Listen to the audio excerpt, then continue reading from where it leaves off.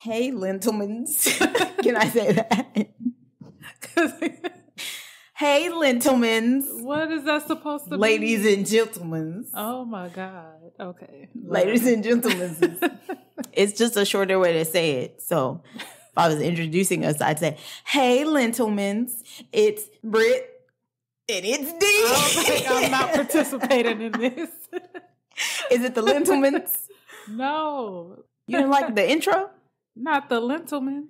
It's just short for lady and gentlemen's. No. What is it? I don't know. It's nothing. You just made that up.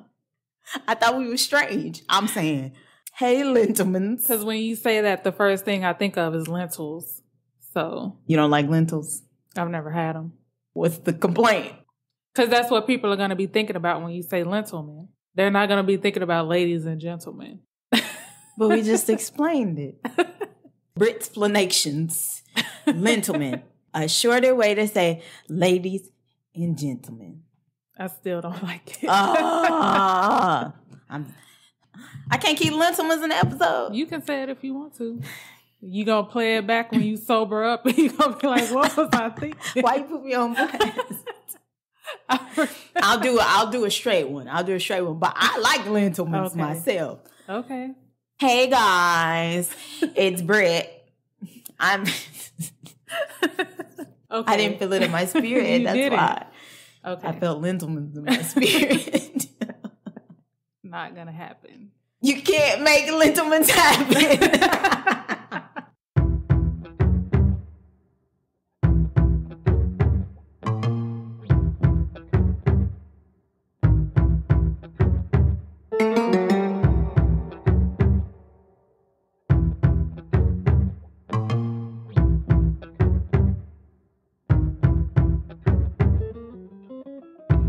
Hey guys, I'm Britt. And I'm Dee.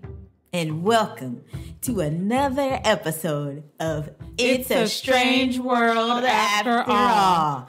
The podcast where we discuss true crime, the supernatural, conspiracy theories, and all of the things that keep the world strange. You felt it? I felt a little bit. Felt good. Welcome to the 4th episode. Yes. This officially makes it our 1 month. 1 month. 1 month. It's our anniversary. Do you know what today is? Well, today... Okay, let me be real. I typically write an intro for us. Oh, my God. But today I was like, let's see if we can wing it. Murders. I don't know. We got this. We're smart, damn it. On today's episode, we will be discussing the 1982 Tylenol murders. Mm-hmm. I wanted to do this because it was interesting to me. And I was not alive then, and I didn't know. I wasn't either. That wasn't shade, I swear. I looked at you because you were in front of me, but that was not shade. Okay. I'm just mean, I didn't know that it was a thing my whole life. I was 28 years old, I think, when I found out. It was whenever we watched. 28? Shoot, I just said my age. Can we redo that? Oh, my God. I watched it when I was 21. That's what we doing? I should have said I watched it when I was 18. I watched when I was 28. I turned 30 this year. I'm not ashamed. And yeah, I had never heard of it before, but I have always wondered why medicine was packaged the way it was. Oh, with the safety seals? Yes. And the cotton? Yes. Yeah. Sometimes both. Fun fact, the cotton is also a safety feature. Yeah. I didn't know that. We think. You said it like it was a matter of fact. She be lying to me. She been lying to me my life. No. I said, you probably didn't hear me, but I said I'm not for sure. Oh. You don't be listening to me. I do. I always listen. You're my elder. Hey. No, you are right behind me. Yeah. Also, it makes you second guess taking medication. Well, just a bit. Well, I guess not with really, because if the pills that were sold before were the capsules, so you could take them apart. They don't sell those anymore because of this case. I didn't think about that. Yeah, so they can't poison it. But that's just for like painkillers. Because some vitamins, like I've had vitamins that come in capsules that you can like pull apart. Oh, don't give people new ideas. What you mean? Because now they're going to put poison in those. Because you can pull. Oh, but can you put them back together? Oh, that's the thing. I don't know. Because those, I know what you're talking about. Those ones are that like sliding. Yeah. Yeah. Let's get into these Tylenols. 3 people are dead, and another is in critical condition tonight. One of the victims took the pills he bought to his home. His brother and sister-in-law were so upset by his death that they went back to the house and took some Tylenol from the same bottle. That bizarre mystery of Tylenol laced with cyanide still has not been solved tonight. Investigators say they are searching for, quote, a madman. Scared, really, that somebody could have tampered with some of the other products. Cyanide-contaminated Tylenol. Do not take any Tylenol until further notice. People were checking themselves into the ER thinking they'd been poisoned. It was absolute chaos. Flush it all down the commode, okay? There's no single person or even a group of single persons that stand out above the rest at this point in time.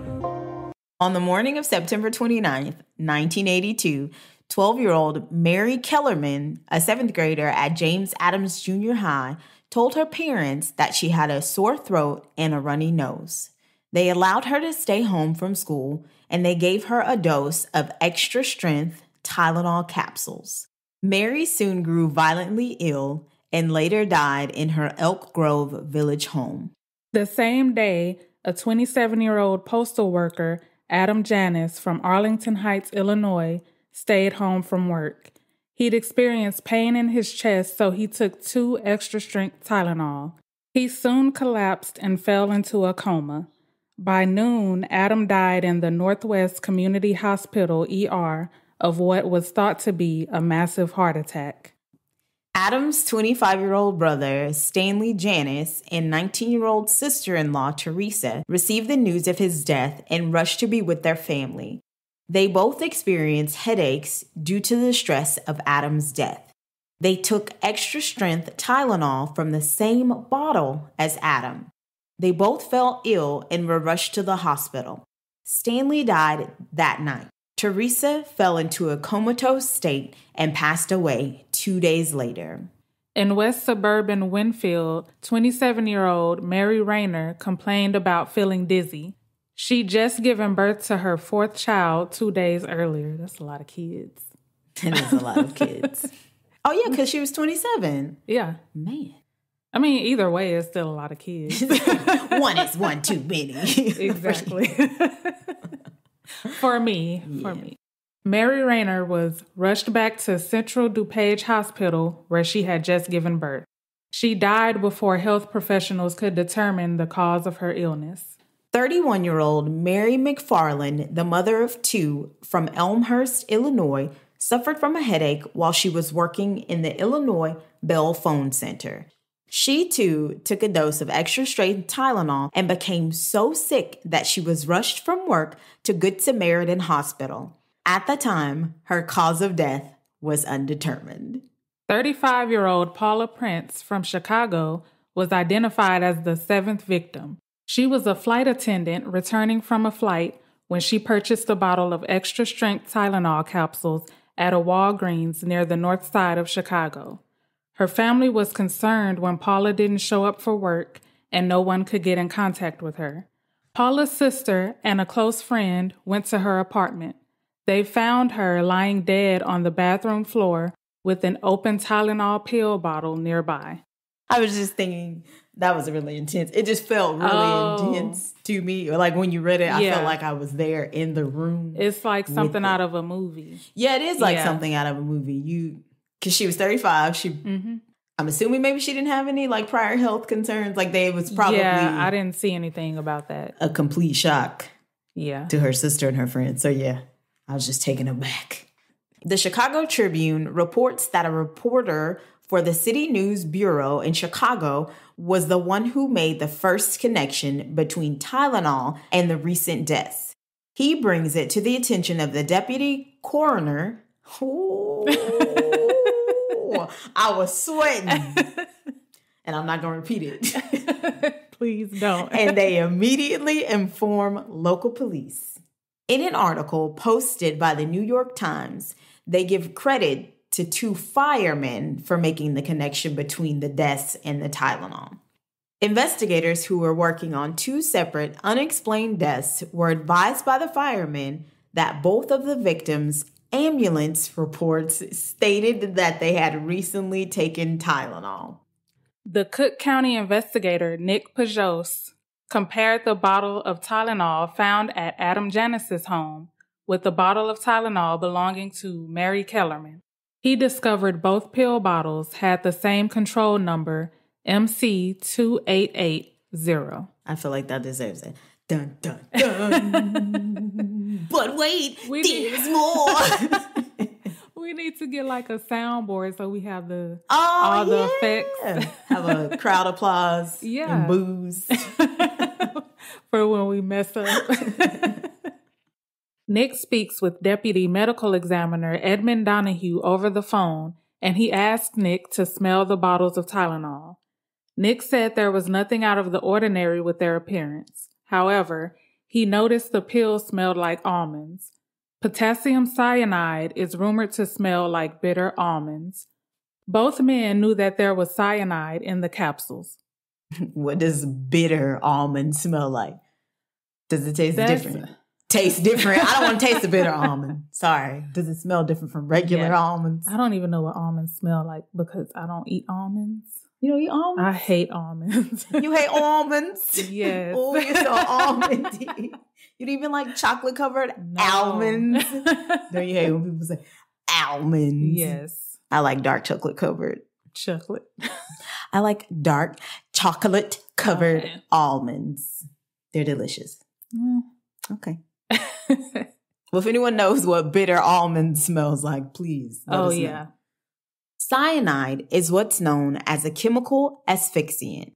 It interferes with the absorption of oxygen by red blood cells in the body. With cyanide, there can be an abundance of oxygen in the atmosphere, but the red blood cells cannot pick it up.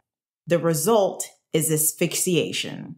Cyanide exposure can lead to seizures, cardiac arrest, respiratory failure, brain damage, and in extreme cases, death. They tested the victim's blood, and the test results showed a trace of more than 100 to 1,000 times the lethal amount. So somebody was not playing around. Ugh, that's scary. That is really scary. We'll be taking Tylenols and stuff. I'm drug free. That's the way to be. Just say no.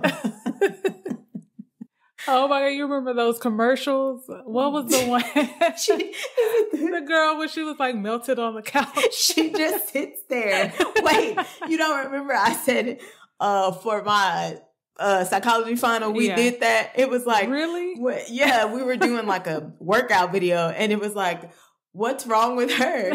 I don't know. She just sits there ever since the drugs.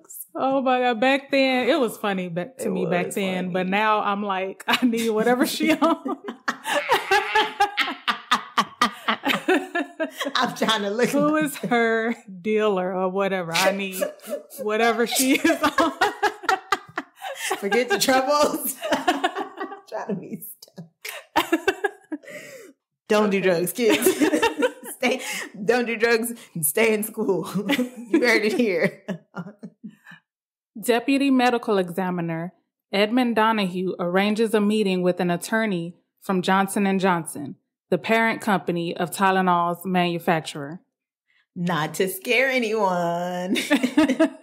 But didn't Johnson & Johnson just release their shot for COVID-19? They did. Are you taking it? I'm not totally against No, I'm saying, like, would you, if you were to get it, would you get it from Johnson & Johnson? After this, I don't know. I've read this and was like, oh yeah, I gotta bring that up. Yeah, I didn't even think about that. Yeah, I don't know. And they're the ones that you get it in one shot. You know, the first one, you have to get it in like a couple doses. They done cut some corners or something. They got a one-hitter quitter. Johnson. Wait, didn't Johnson & Johnson also get in trouble for, like, what is it, talcum powder? Yes. We're not saying to boycott. Again, we can't be held responsible for any opinions, views, drug usage, anything. No, I'm just kidding.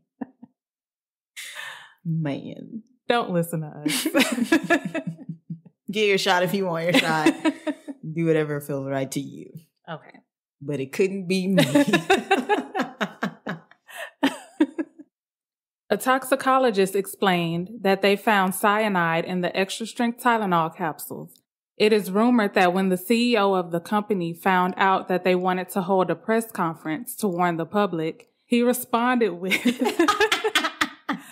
"Do I have to? Do I have to?" People, oh, I'm sorry, I clapped in the mic. People are dying. Do I have to? He's like Greg Abbott. If you die, some people are going to have to die. Oh, no. For COVID. That is not funny. That's literally what he said, though. Remember, he was like, what is wrong with people? You gotta die, you gotta die. I guess that's politics. I guess. Spare a few, save the masses. I don't know. Save the white people. Cut that out. Save the white. White people are probably like, I love the show. The show is great. They keep it real. Every episode, she give it to you. Wrong. There was also a back and forth about whether they should simply warn the public about finding cyanide in the capsules or if they should also recall the medicine. Why is that even a discussion? Why is that even up for discussion? I'm speechless. What are you... Put him under the jail. Throw him under the jail. Yeah, it is kind of baffling why you would question whether or not you should warn the public. Yeah. Okay, sir. Oh, I'm sorry. That's not what it was. It was. They decided to warn the public, even though he was like, "Do I have to?" Okay, I was about to say they were questioning whether or not they should do a recall. So what he was saying is, can we not just warn the public and have it be up to them? Yes. No, recall. Like, what if I'm the one that doesn't, wait, what is this, the 80s? What if I'm the one that didn't watch the news or read the newspaper because you didn't have Twitter back then? And somebody like, hey, did you know cyanide was in Tylenol? And I'm like, I took Tylenol this morning, man. I'm playing Russian roulette. No, seriously. That's true. It's neglectful. They initially decided to recall only the extra-strength Tylenol with the control number MC2880. But by Tuesday, October 5th, 1982, after the total number of confirmed deaths reached 7, McNeil Consumer Products, a subsidiary of Johnson & Johnson, issued a nationwide warning to the public. More than 31 million bottles of extra-strength Tylenol capsules were recalled. The company offered replacement capsules for solid tablets to anyone who turned in capsules that they had already purchased. I don't want any. You can have it all. I know. I was about to ask you, what would you do? Would you take that Tylenol? No. I don't want it at all. No. Throw the whole company away. Give me my $4 back. It's my money and I want it now. Yeah, I couldn't do it. No. Tylenol commercials were even pulled from television. The recall was one of the largest in the pharmaceutical industry ever, costing the company over $100 million. I should have said $100 million. I don't sound like him at all. No. I sound like Russian. You try. You know what I'm doing? $100 million. You do sound Russian. I'm trying to do Dr. Evil from Austin Powers. I did the little pinky. Moving on. Johnson & Johnson announced a $100,000 reward for anyone who had information leading to the arrest of whoever was responsible for the murders. Authorities determined that someone intentionally put potassium cyanide in the pills. There was a media frenzy. An estimated 100,000 U.S. newspapers ran different articles about the deaths, resulting in a nationwide panic. The Chicago Police Department went so far as to drive throughout the city and warn everyone through their loudspeakers about taking the Tylenol. Don't take Tylenol. What are they saying? What were they saying? I listened to the clip. It's going to be in the clip that's going to be in the episode. Okay. Most likely before we start telling the story. I think they were just like, yeah, don't take Tylenol. There is cyanide in the Tylenol. I think that's what it sounded like. Yeah, that's what it sounded like. People were flooding into emergency rooms across the country and calling into poison control hotlines, believing that they too were poisoned. It is not poison. Oh, Lord! They're watching the commercial. Or not the commercial, the PSA. Oh. And they took Advil. Oh, Lord. Am I sweating? You are stupid. That would have been me, though. I don't even take Tylenol. Me too, while I'm laughing because I take Tylenol. About to take some right after this. I don't see yeah, that's what I was going to say at the beginning of the episode. I don't see how, as paranoid as you are, that you found out about, but you said, okay, I was going to say that you found out about the story and still took Tylenol, but. I mean, because it's not capsules, so I'm That's good. true. And they have the tamper-proof seals. Yeah. What about Bluebell ice cream, though? Oh, I haven't touched it since. Yeah. And they still don't have the seals on them. They don't. That's Texas, y'all. Texas, even though we're from Texas, stubborn Stanleys. Yes. They don't change nothing. They're all about tradition. People licking the tops of Bluebell ice cream. Seal that up. Seal that shit up. I got mad. I know you went on a whole rant. Seal it up. She was talking about merch the other day. That should be on this shirt. Oh, seal that shit up. Seal that shit up. Sick of it. Johnson & Johnson ended up testing over 10 million recalled pills in different labs. 50 capsules across 8 different bottles had cyanide in them. 5 of the bottles were taken from the victims. 2 bottles were with the other recalled Tylenol. And 1 was still sitting on the shelf in a drugstore.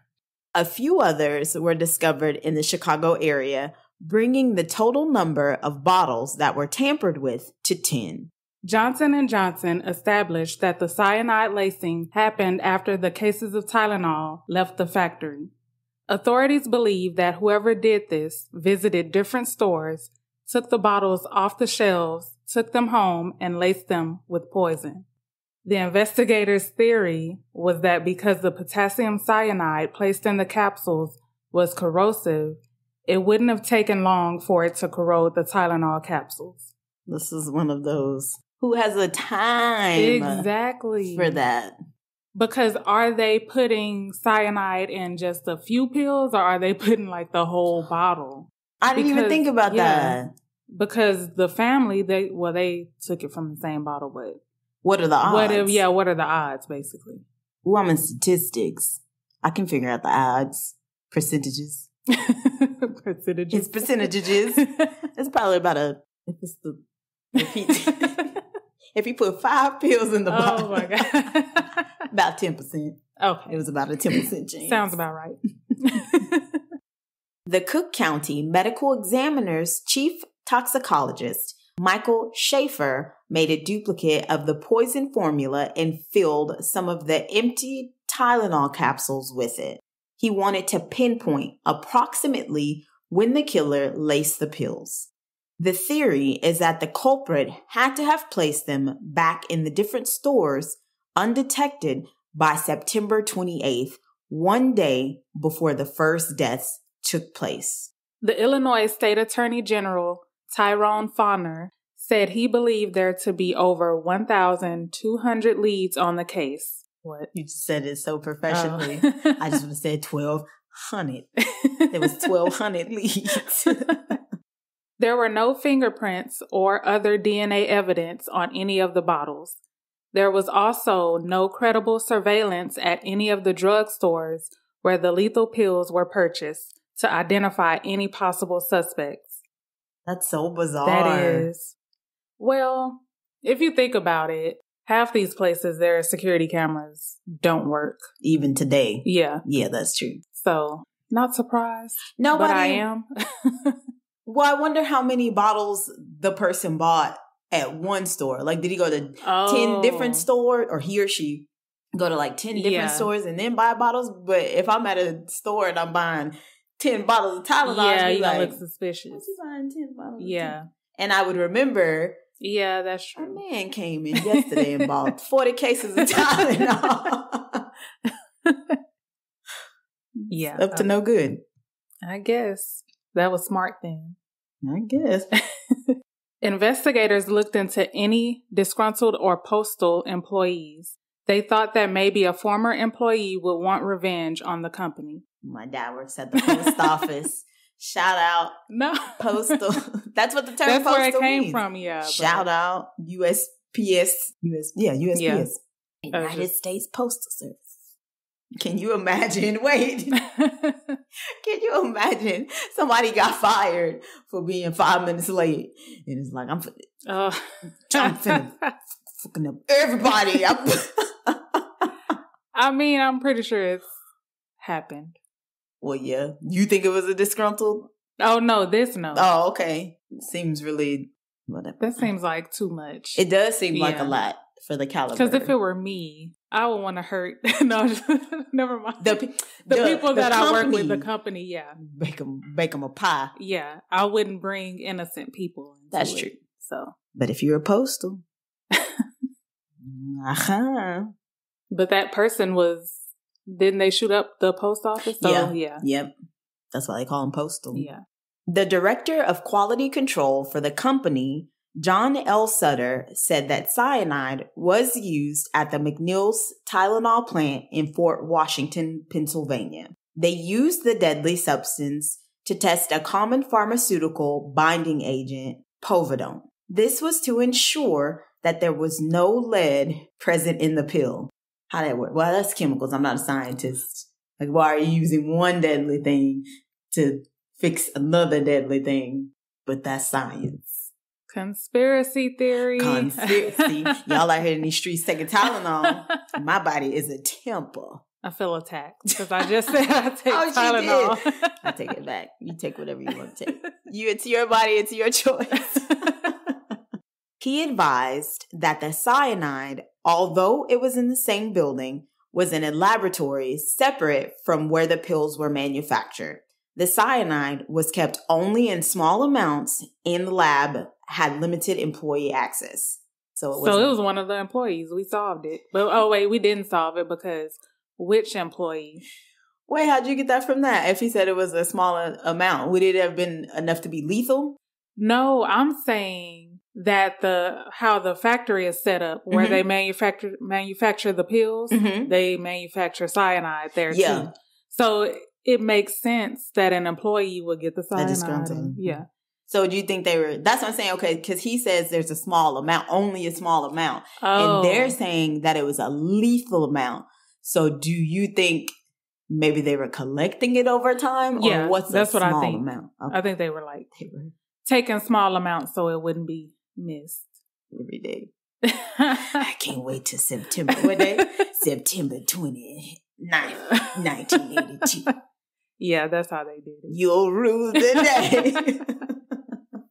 There are numerous conspiracy theories about different suspects and their motives for lacing the Tylenol with cyanide.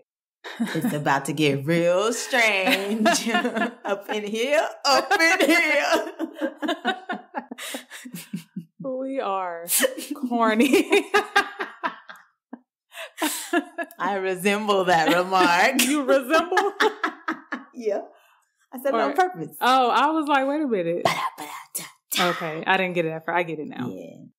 Roger Arnold, a dock worker, was caught saying some incriminating things in a bar one night about the Tylenol murders.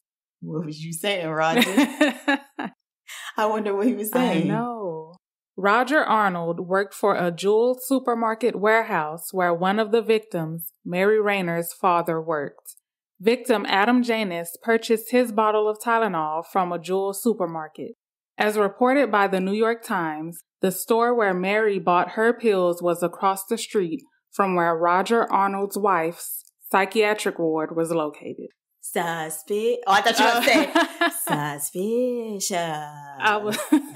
I was thinking that. But then it all happened in Chicago. Oh. Because at first I was like, coincidence? I think not. But they're in the same city. Yeah. Yeah. Aw. You can think what you want to think. The police interrogated him and searched his home. Authorities found how-to crime manuals in his home. How to commit a crime for dummies. He went into the bookstore. Hey, you guys got how-to crime books? What did you say? How-to crime books.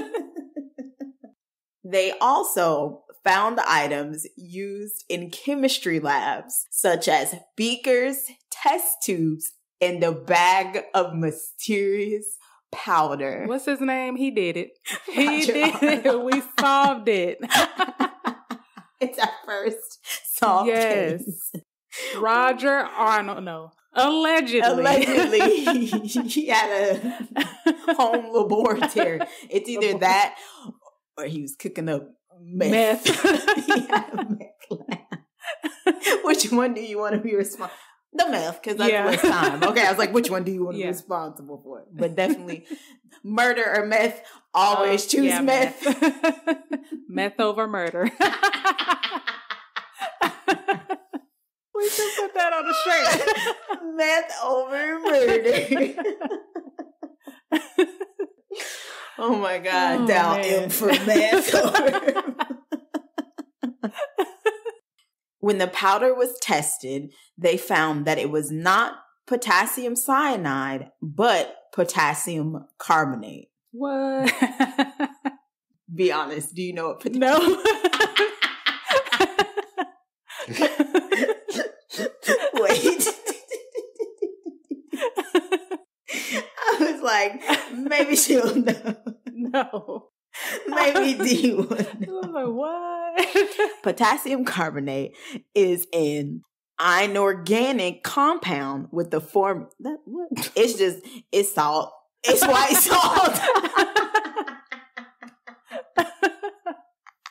Scientists, we never claimed to be. Oh my God. It's soluble in water. Or it is a white salt. I don't know that it's actual salt. Is that the thing for salt? What? Potassium carbonate? I don't know. The more you know. No, salt is that's table salt. Hold on. Table salt. Yeah, table salt is sodium chloride. I knew that it wasn't regular salt. Oh. Salt refers to table salt, which is sodium chloride. Okay. So it's a type of salt. Potassium carbonate. Okay. The more you know. When asked to take a lie detector test, Roger refused. The police, however, did not have enough evidence to take him into custody for the Tylenol murders. I still think he did it, but let's go on. Roger Arnold had a nervous breakdown due to all the media attention. Or the meth. Yeah, either one. Or both. He blamed it all on the bar owner named Marty Sinclair, believing that Marty turned his name over to the police after he made those suspicious comments at the bar. You shouldn't have said it. You shouldn't have been running your mouth. Mark. It's your own fault. Yeah. In June of 1983, he shot an innocent man, John Stanisha, outside of a bar one night when he mistook him for Marty Sinclair. Ronald. Dang. Who is Ronald? I mean, Roger. I merged his name. It was like Lentilman. I did. Roger. Like Arnold. Roger. Roger was convicted and served 15 years of a 30-year sentence for second-degree murder. He passed away in 2008. Another theory was that Theodore J. Kaczynski, better known as the Unabomber, was responsible. Theodore was a former math professor who held a grudge against modern technology. Why? I don't know. I've not looked much into this case. Yeah. So let us know. Oh. If that's something that you would like to hear from us, the Unabomber case. From 1978 to 1995, he had mailed or hand-delivered 16 homemade explosives across the United States. The Unabomber is currently serving a life sentence in prison for killing 3 people and wounding 23 others. All I remember from the Unabomber is that the wanted photo of the guy in the hoodie and the glasses? Yeah. Yep. I always remember that. Yeah, me too. The Unabomber is an Illinois native, and his first bomb was found in Chicago. All the Tylenol killings occurred in Illinois. In an episode of BuzzFeed Unsolved, they note that the Unabomber's victims had connections to Wood. One of his living victims was named Percy Woods. What? Keep going. Percy lived in Lake Forest, Illinois. Forest, trees, wood. Another victim named Gilbert Murray was the president of the California Forestry Association. His bombs were partially made with wood. You should have said, wait for it. Wood. Keep them coming. Okay. And the gotcha. 2 of the Johnson & Johnson Company founders had the middle name Wood. James Wood Johnson and Robert Wood Johnson. What you think about it now? That I didn't know. And I watched that episode of BuzzFeed Unsolved, so I must have forgot about that. Yeah. Yeah, it's an interesting theory. I don't know if I buy it. Oh, no, I don't. Oh, okay. It could be all but I'm all about the spirits and connections, but I don't know about that one.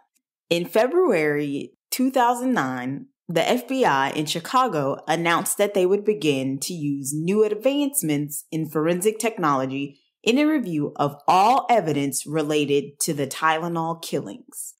The FBI requested a DNA sample from Theodore, the Unabomber. They told him that he could either willingly give up his DNA or they would make it to where he would ultimately have to provide it against his will. So basically, we can do this the easy way.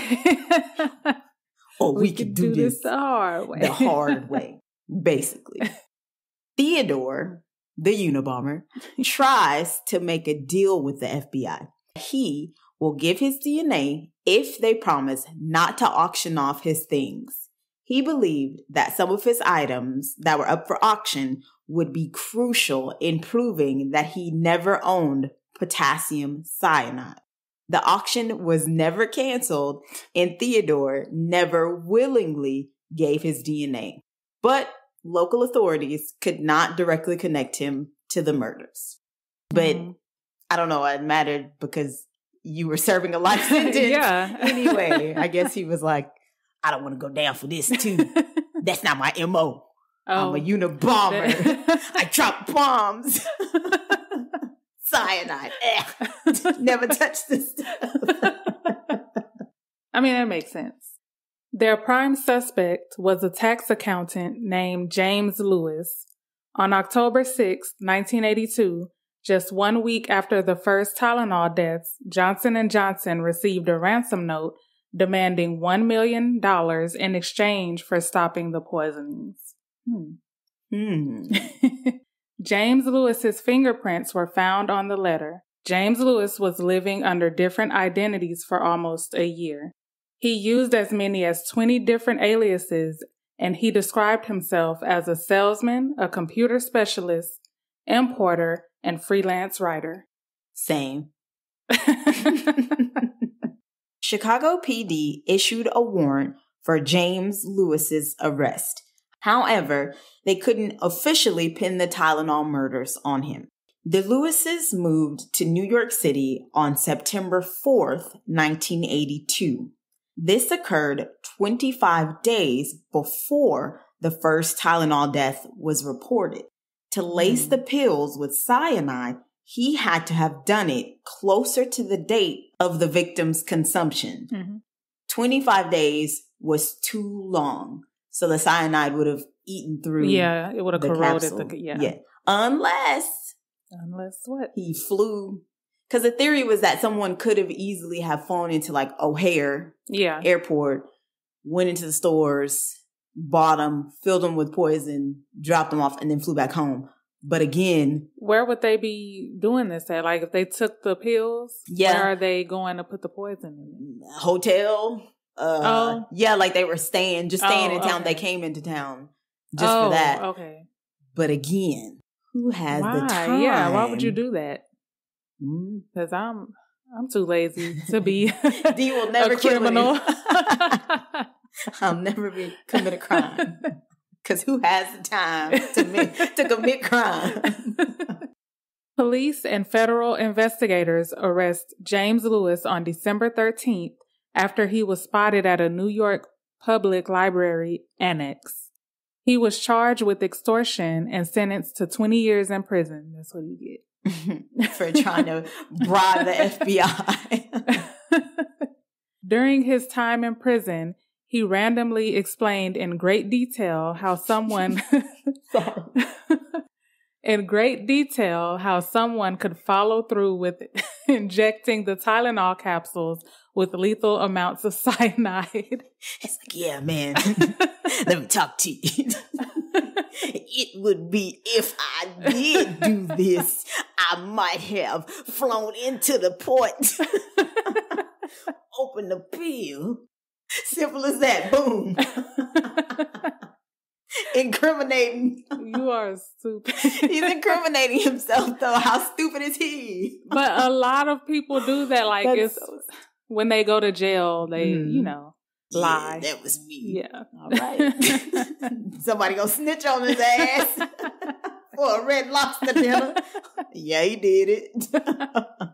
In 1995, after serving over 12 years in prison, he was released. In 2010, James Lewis published a book entitled, I'll imagine someone reads the title, Poison, The Doctor's Dilemma. That's how I heard it in my head. It literally got an exclamation point. Poison, The Doctor's Dilemma. He insisted, however, that the book had nothing to do with the Tylenol deaths. The plot of the book is actually about death by water poisoned with lead in South Missouri. Did he commit a crime in Southern Missouri? Incriminate. He continues to incriminate. He wasn't the one with the Tylenol. He poisoned water. With lead.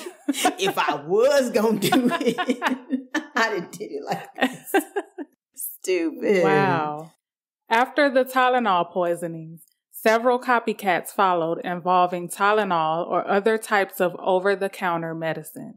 Roughly 270 of them in the 1980s through the early 1990s. Some of the copycat poisonings used rat poison and hydrochloric acid. Luckily, they were never as detrimental as the 1985 Chicago deaths.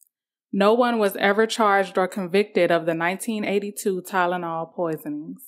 In 1983, Congress passed the Tylenol bill, making it a federal offense to tamper with consumer products, which it should have already been a thing. But unfortunately, I've learned, it typically takes tragic events for something to happen. Think Columbine, unfortunately. 9/11, even though there's some conspiracy theories around that. TSA definitely got a lot stricter after. In 1989, the FDA established federal guidelines for manufacturers to make all products tamper-proof. As they should. As they should. And that's it. They don't know. How many years later? We're not about to do math. 82. It's about to be 22. What year was you born?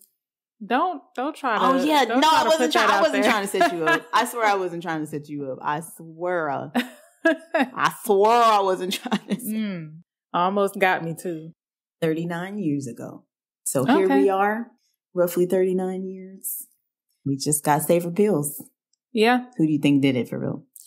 I think it was, what was his name? Roger Arnold. You think it was Roger? Yeah. Arnold? He just seemed, well, what if he is, because it just seems too perfect. It does seem too perfect. But sometimes it is who you think it is. They were who we thought they were. That's true. So I'm going with Roger Arnold. He did it. Yeah. Allegedly. In my opinion. No, allegedly. I'll go with Roger Arnold only because I don't see anyone like John Lewis living in New York and flying all the way back. Yeah. And then he doesn't have any like ties to the company that we know of. He didn't really have a clear motive. Yeah, Roger worked there. He had access to everything he needed. So yeah. He did that shit. He did that shit, allegedly. All right. That is all, folks. That's all for the story. That's Moral all of the story. Don't take Tylenol. Don't take if you don't have to. Yeah, don't take pills in general if you don't have to. Just fight the feeling, fight the pain. That's what I do. Just fight. Sometimes you can't. No, sometimes I understand. Just buy hydrocodone from a street dealer. No. Kids are listening to this like, Mom, Britt on It's a Strange World after all said buy hydrocodone from strangers. Don't buy hydrocodone. Don't buy drugs. Don't buy drugs, period.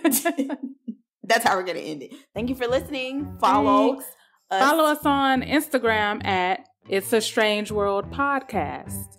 You can also follow us on Twitter at Podcast Strange World. Yes, get in the conversation. I want you guys to start getting involved in the conversation. Any theories that you might have, any questions that you might have, or any content that you want to see, let us know. Please. Please, baby, please. It's been a long day. Yes. We have been your hosts, Britt and Dee.